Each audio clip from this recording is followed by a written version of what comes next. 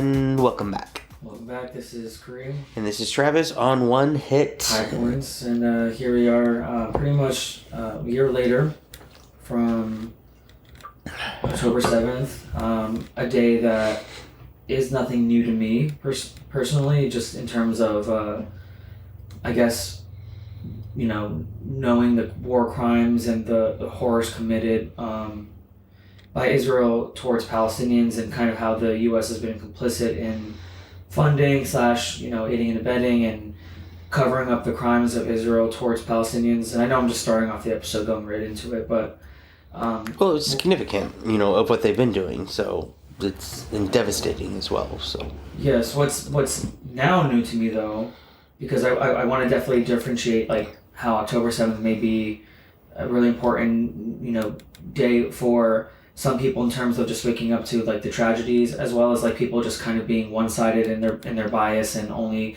caring about the attack that happened on Israelis, even though we all know a lot of those casualties on October 7th were actually committed by Israel themselves, based off of footage when they're in Apache helicopters and they're in their tanks and they're just firing at civilians because they need to make it look more destructive than it actually was and what Hamas was capable of.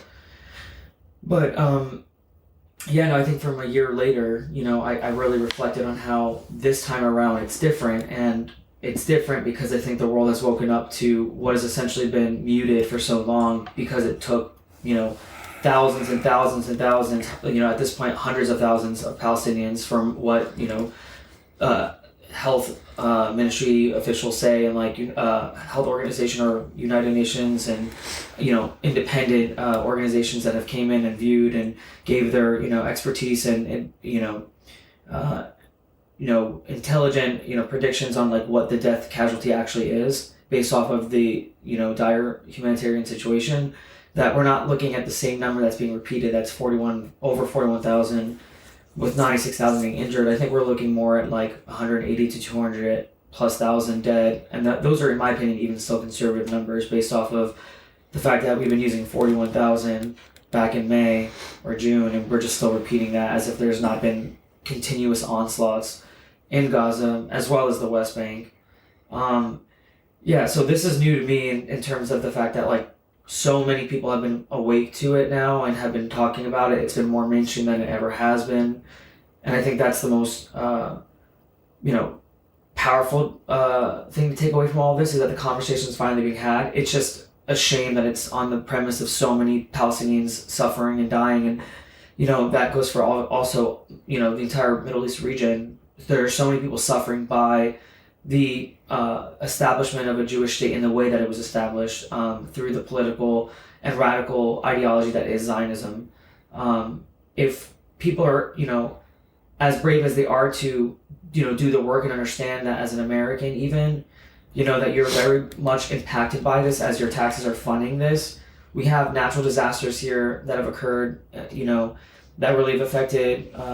Port Asheville in North Carolina. Yes. And even Florida and Georgia. Well, Florida is another hurricane coming, so it's devastating. It's unimaginable to be someone who, maybe has been living in their bubble, for all their life, that, they have this faith that their government is doing things in their best interest. But I think what we're starting to see is a complete shift within, American society, that, we continue to fight each other while these, false leaders, or, false leaders in terms of having our best interest in any way, in any capacity, be the saviors of our lives, and that we can just be so comfortable to go to our 9 to 5 and not think that, there are some real serious changes and decisions being made on our behalf that are not for our best interest.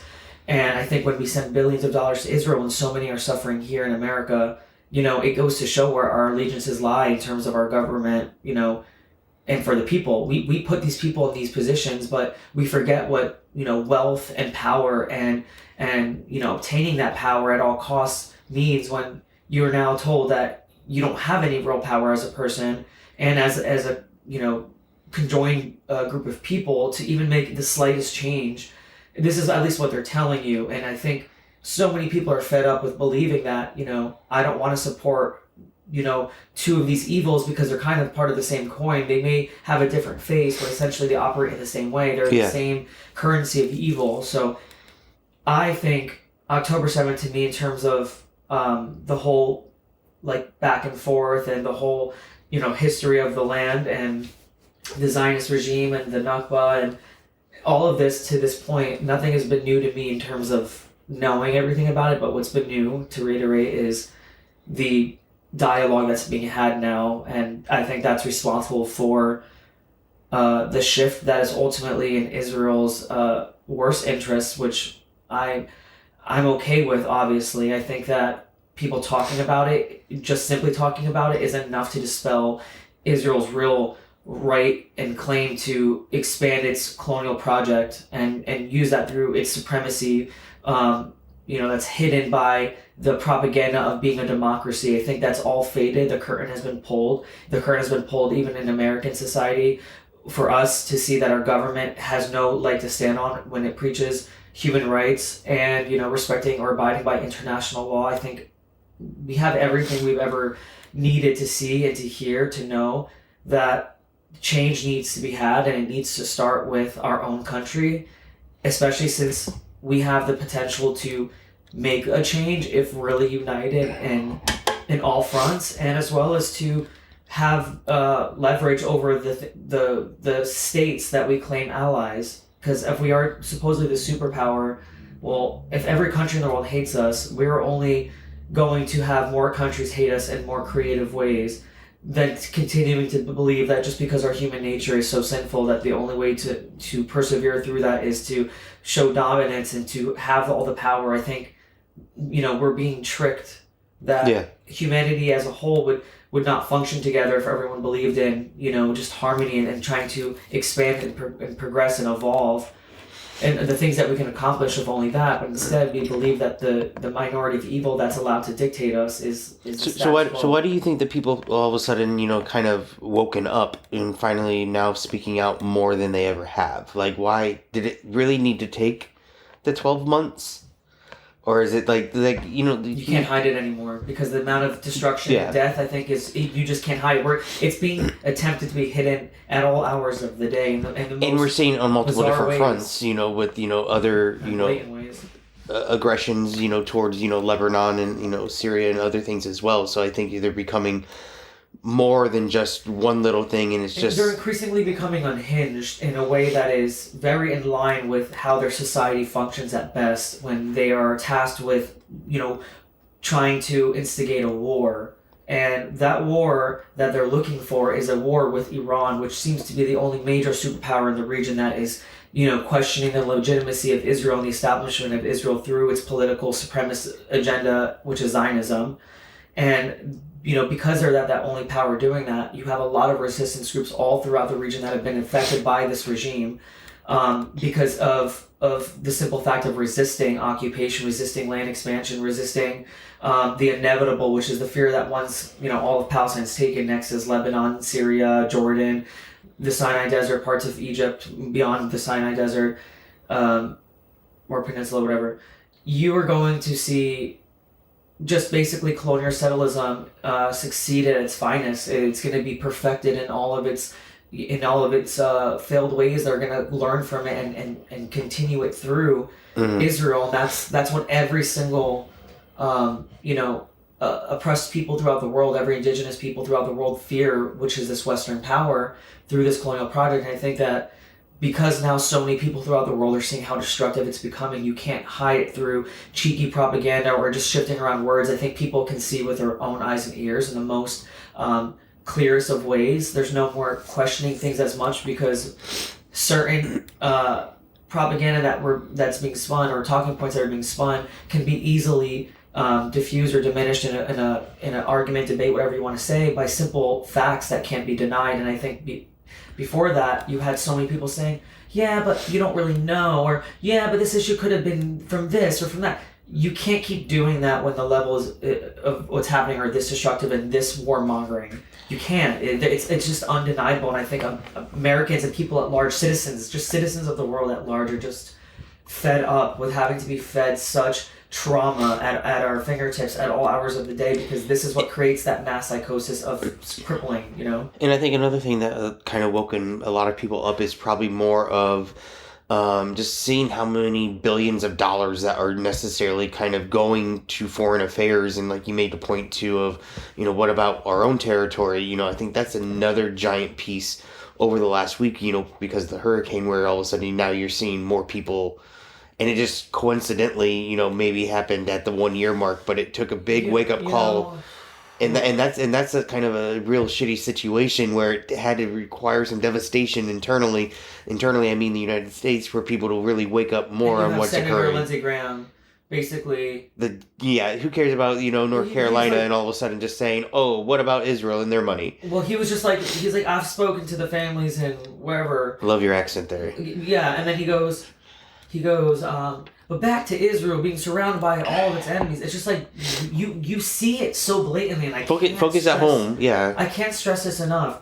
You cannot claim that you are pro-America or America first if you are so dead set on unequivocally supporting Israel. So much so that it means your own countrymen are suffering because they don't have the aid necessary, because the government doesn't see their plight as important as the protection of a foreign nation, which, mind you, wants to drag us into a regional war, which means that they want Americans to die in their orchestrated wars. This cannot be, a long-running system. Mm-hmm. It can't continue, is what I'm trying to say. It can't continue because too many Americans are feeling the impact of this, to the point where now when you see people that may have been supportive of Israel, or just maybe been unequivocally supportive of the candidate they support or the political party they support, now you have people that are kind of looking at this as a what the fuck. Yeah. Like, which side actually cares about the American people? Like, who do I trust? Who do I have faith in? This whole front is fading, and I can't continue to act like I should be supporting a foreign nation anymore when my own countrymen are struggling. And it's to the point now where, like I said, government officials are so blatantly bought by AIPAC, the American Israel Affairs Committee or whatever bullshit.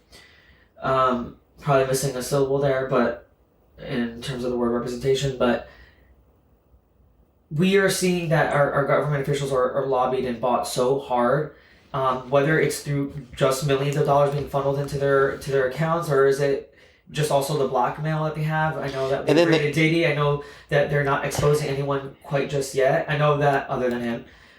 I know that with Jeffrey Epstein, they found his list and all the people linked to Epstein, but of course we're not going to get that list. And all these people are continuously being protected. And it's also in line with not only they're being protected, but they're spewing the most, evil, pro-Israel rhetoric. And it's like, it's too in line with so many doubts we've had with these powerful people that you can't help but put the pieces together in the most, like I said, clear of ways, because it's the internet, it's social media, it's and people just being fed up, people having the humanity unlocked within them, or just truth seekers, or it's a whole variety of things. But I do believe that the shift is happening, and we're a year. Well, like you said, they can't hide. They can't hide behind it, and now they eventually, not eventually. It's the time that they have to explain themselves. It's like, the world has woken up. They can't hide. Yeah. So what are they going to say, and what are they going to do next? And I guess it's kind of almost like a chess game at this point. And we're gonna continue to use the whole, a year later the hostages are still not free. Why? Can we just stop saying free the hostages like incoherently at anybody and anyone who criticizes Israel's government for how they're handling things? Like, if you want the hostages freed, which I think every human being on the planet right now wants, except those resisting and those killing, I would say resisting. Yeah, obviously that's their only leg to stand on for their own political reasons. Because I think at this point, if Israel wanted to go and just eradicate everyone, they obviously could, and they are slowly doing in a way. Like, I think this part is kind of hard to articulate for me, because I think Israel's very clearly. Oh, it says disconnect. Just swipe up. Sorry, we're having a little technical. Unable to connect. Oh no. It's okay. We can edit this part out and restart it. It's alright. It says it's... Keep going. I'll start back from this point because I want to edit out what I was saying before. Okay. Which means I'll have to come back and listen back with you.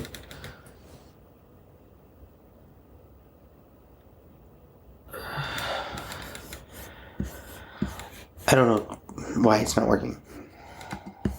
Alright, whatever, fine. We'll edit that part though from like even before I made that point because I articulated it poorly. Where I think I lost my train of thought, but what I meant to really kind of specify is with all the hostages still being obviously held in captivity by Hamas, I think Hamas, showcasing that even right after October 7th, that they've already tried to, establish a ceasefire deal because they simply wanted the Palestinian hostages in the thousands being released because of the ongoing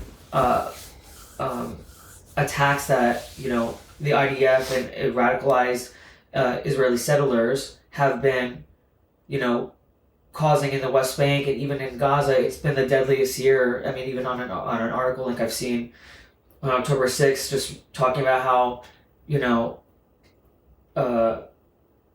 Gaza has been the deadliest year for children in 2023, or even for Palestinians at large. And we continue to see articles like this. I saw articles like this my entire life, really growing up. It's been what I've been exposed to my entire life. So when I see things like this, and I've been sharing for years, and I've been protesting for years, what kills me inside is to know that there are friends that are close to me that do remain silent, and not even the ones that come up to me and say they understand, acknowledge, or they feel what's happening is wrong, and they empathize, and they can call it out and retain a conversation and be not educated in that front. And maybe they don't post, and I kind of let it go, and that's fine, and whatever. What drives me the most insane and also breaks my heart at the same time is where there are people who've seen you protest for years about this same thing, and yet will act like October 7th everything started. Yeah. And they'll still very much have that same sentiment about freeing the hostages and liking things on social media that is very clearly propaganda that has been debunked many times, and they're refusing to necessarily have an open dialogue with a friend of theirs that may be Palestinian or Middle Eastern, or maybe just educated in general. Mm-hmm. It's a very closed off relationship in that regard. And I just really get upset by it, because if you're seeing someone that's so close to you and a friend to you share this for so long, and you just completely ignore that because you're so in tune with your political party that you support, that it makes you just blinded to any other reality. You're just focusing on a one-sided narrative. I think that you're propagandized sheep or bot or whatever, and you don't care about anything other than supporting your tribalist mentality, your herd mentality, and therefore I find you as a clown and illegitimate as anybody worthy of having a political opinion or standing. I'm sorry, but yeah.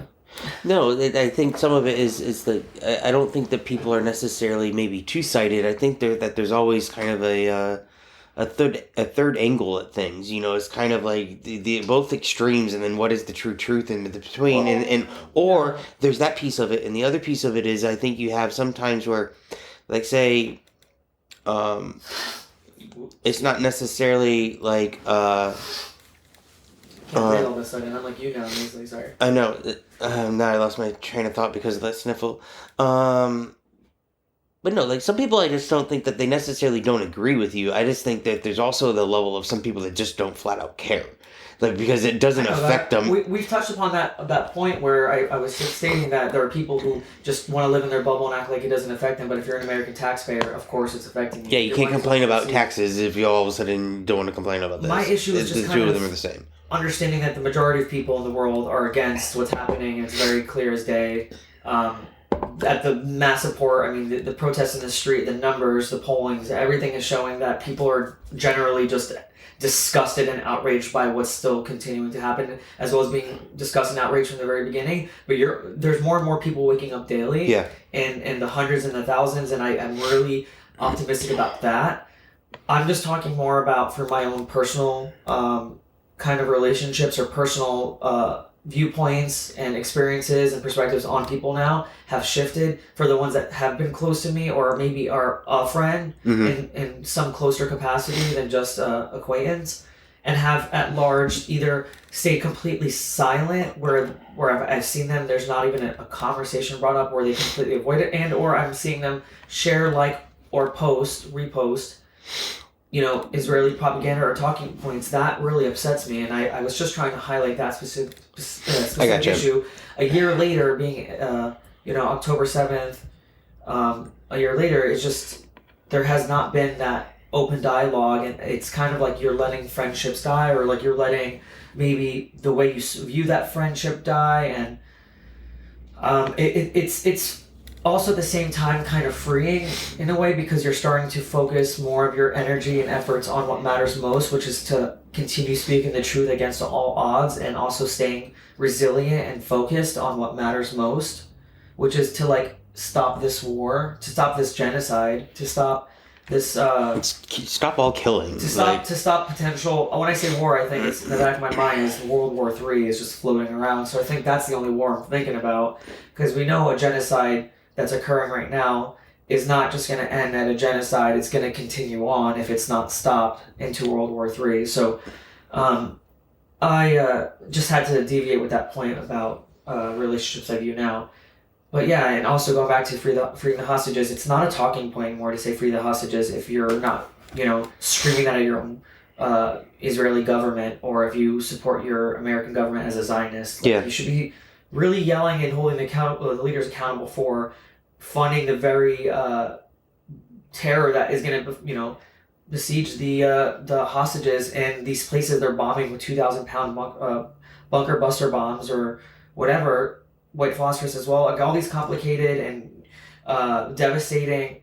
Well, I read one article that they actually, I don't know specifically the details, but they actually, some of the bombs had like asbestos in it, or even buildings that were that old where the buildings had it, and then the weapons. Yeah, that's what I'm saying. It's like when the buildings are destroyed, it's releasing everything else that's in the chemicals and like the air and things like that, where it just creates, or even just the dust in general. Or preventing humanitarian aid from coming in. Like you have literal what do you call it?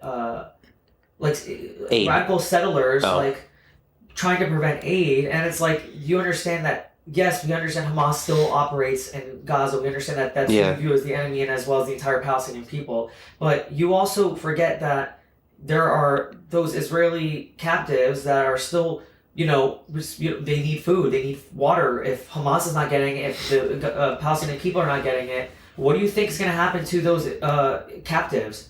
You think that they're not going to starve too and die too? Like, everything to me is just, I kind of feel such a sympathy for these captives, because truly their own government has abandoned them. Their American government has abandoned them. The radical Israeli settlers have abandoned them. A lot of Israeli society that still supports Netanyahu has essentially abandoned them. So, if they really cared for, wanting the hostages back, a ceasefire would be the number one priority on their agenda. As for a lot of these hostage family members stating that they want a ceasefire immediately, and a lot of the hostage family members and even the captives released have all been against Netanyahu and have been trying to protest and speak, but they've not been given a voice to be the opposition to this propaganda machine from Israel and the U.S.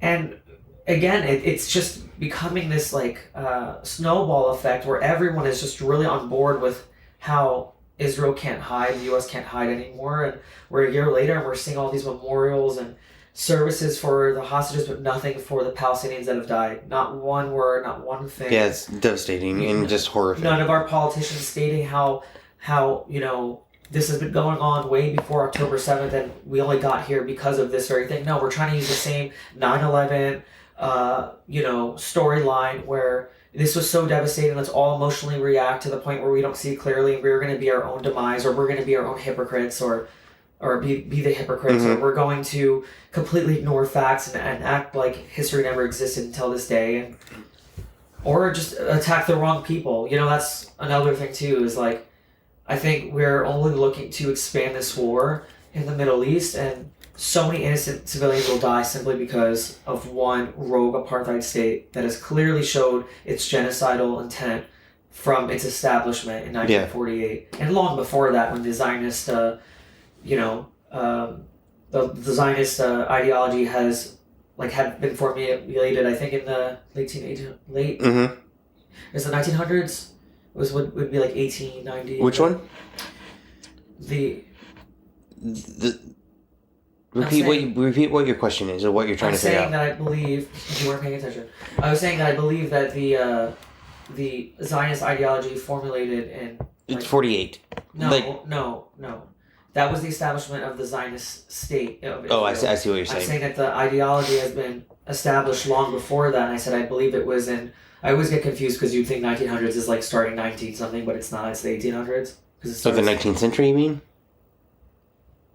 The 19th century is the 1800s. Yes. Yeah. That's what I'm saying. I got you. It always sounds funny when I say. Oh, it's always backwards because that first 100 years is like 54. Yeah, so I believe it started in the 19th century, so it was like 1890s or whatever, where that's when it really kind of started taking, its influence into power.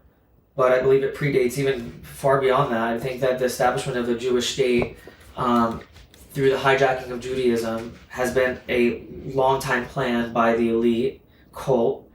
Like I said, we're seeing it all play out now with all these elites falling one by one, and it starts with like I said, having these debates and these conversations and dialogues and not being sharing information. I think information is huge. Like you mentioned the other day, and just casually I think more and more people, and I even recognize this myself, is printing tangible and physical objects, whether it's pictures or books or things like that. People are grabbing more and more physical things. Yes. and kind of... Buy books, print out pictures, print out articles, like... I see it as, like, in newer generations, like Gen Z... Not too crazy with the papers, because obviously, like... you don't need to be like a... information posted on your wall and just be, like, crazy.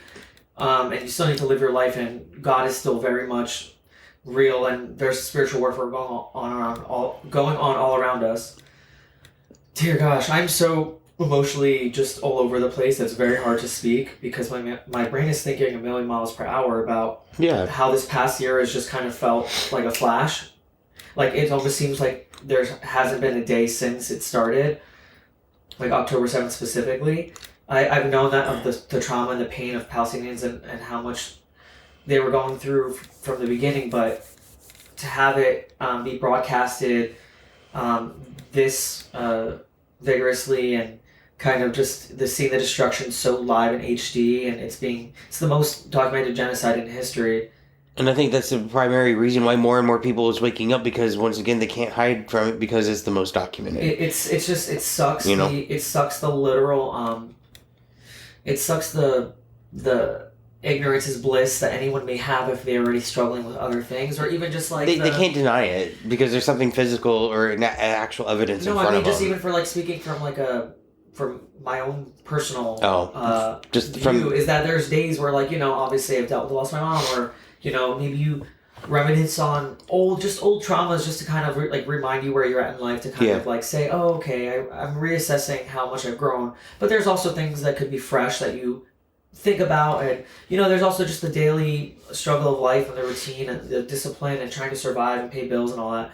A lot of that stuff has kind of completely faded and in the most extreme of ways, because I can't even pretend that there's not such evil going on in the world. Like I can't even live like everyone else where you just have a moment of pure like joy or distraction, or you just have a great day. Like I don't feel like I truly have those. I think in the back of my mind I'm always feeling disgusted, sick to my core, feeling repulsed by how this is happening. But that's also something I battle within myself, to say be resilient, be strong, and persevere through that agenda, because it's meant to make people feel crippled with pain and not do anything to become inactive. And I think that's what I'm trying to do. Everyone needs to fight that, and everyone needs to find their thing that keeps them, I don't want to say moving, but keeps them, where can you use your voice and how can you help the situation? And it goes back to like continuing to speak, to have the conversation, sharing information and those Yeah. things. And that I think helps balances, We're talking more so. you know, We're about. the pain that you feel from it. And it helps you not. It helps you balance the pain is what I'm getting at, is because you're out there fighting in the ways that you know how to fight, which is sharing information to, you know, stand up for Well, the that's people why we of rely Palestine. mainly on our friends and allies that are not necessarily of Palestinian heritage, but rather people that are just walking this planet and believe truth and justice and speaking that truth powerfully with courage and bravery and you know, not fearing the system that is only using that psychosis to control them. I'm thinking also just from or offering rather a perspective of someone who is actually Palestinian, a Palestinian American, who's also of Syrian heritage as well, who also struggles with what's been going on in Syria for decades. Um, I'm just trying to say that it's really hard to be of this heritage of this part of the world. It's traumatizing. Blood, and to try to function. So sometimes it's really hard to be consistent in being that voice. But you know, for anyone who may be dealing with the same thing I'm dealing with, because they obviously come from that part of the world by blood, or whether because you're first generation like me or whatever, or not, maybe you're just also immigrated here and you're dealing with it, have family, whatever. You understand how painful it is, but no matter what happens, we have to stay strong and we have to stay virtuous and righteous and continue to fight for justice, because they're just trying to make us sick by allowing just enough of this trauma to be broadcasted for us to consume daily. Mm-hmm. We need to stay strong, and we need to also have conversations with people that know us, that are willing to have the conversations and be forefront about it, and try to make sure that the conversation never dies and it continues, because we can't be normalized to this. We have to stay strong. We can't let a year of this ongoing genocide stop us from having the conversation. We have to remind ourselves that a year went by like this, and how many deaths have been, you know, we keep seeing the numbers rise, right? Or not see the numbers rise, rather, in Gaza, but and now Lebanon, and now eventually it would be Syria, because they're bombing Damascus, and potentially with Iran. We're seeing all these casualties, and oh man, all I'm saying is we just gotta stay strong. Traumatizing. We gotta just keep trying. We gotta keep trying, or not trying. Fuck trying. We gotta do. We gotta keep talking. Keep talking and keep sharing. It goes back to the information sharing and talking to people and opening up more people's eyes. I just need to breathe, because if I don't breathe right now, this is my problem. I get so stressed out. I get so devastated and heartbroken that I just try to, you know, blurt out these whys to the world, and also just, I don't know, reflecting on how just painful all of this is. And sometimes being on these podcast episodes is really like kind of seeing a little bit of a audio diary, or even a video diary of things that I'm dealing with in real time. And this is the vulnerable state that I'm in, where I'm not gonna sound eloquent, or not gonna sound perfect, or not gonna speak politically correct at all times, but it's a person who's feeling very, very vulnerable, but also very activated to want to talk and want to connect with as many people as possible, because it's about dialogue. At the end of the day, it's all about dialogue. It's the only way true peace can be had, is when we understand one another and try to make change. But people are still people, and emotions are still real, and we're allowed to feel those emotions when they're in their rawest, purest time. Yeah. But as long as it's, I think if there's... It's real and authentic is what it... Yeah, I meant like...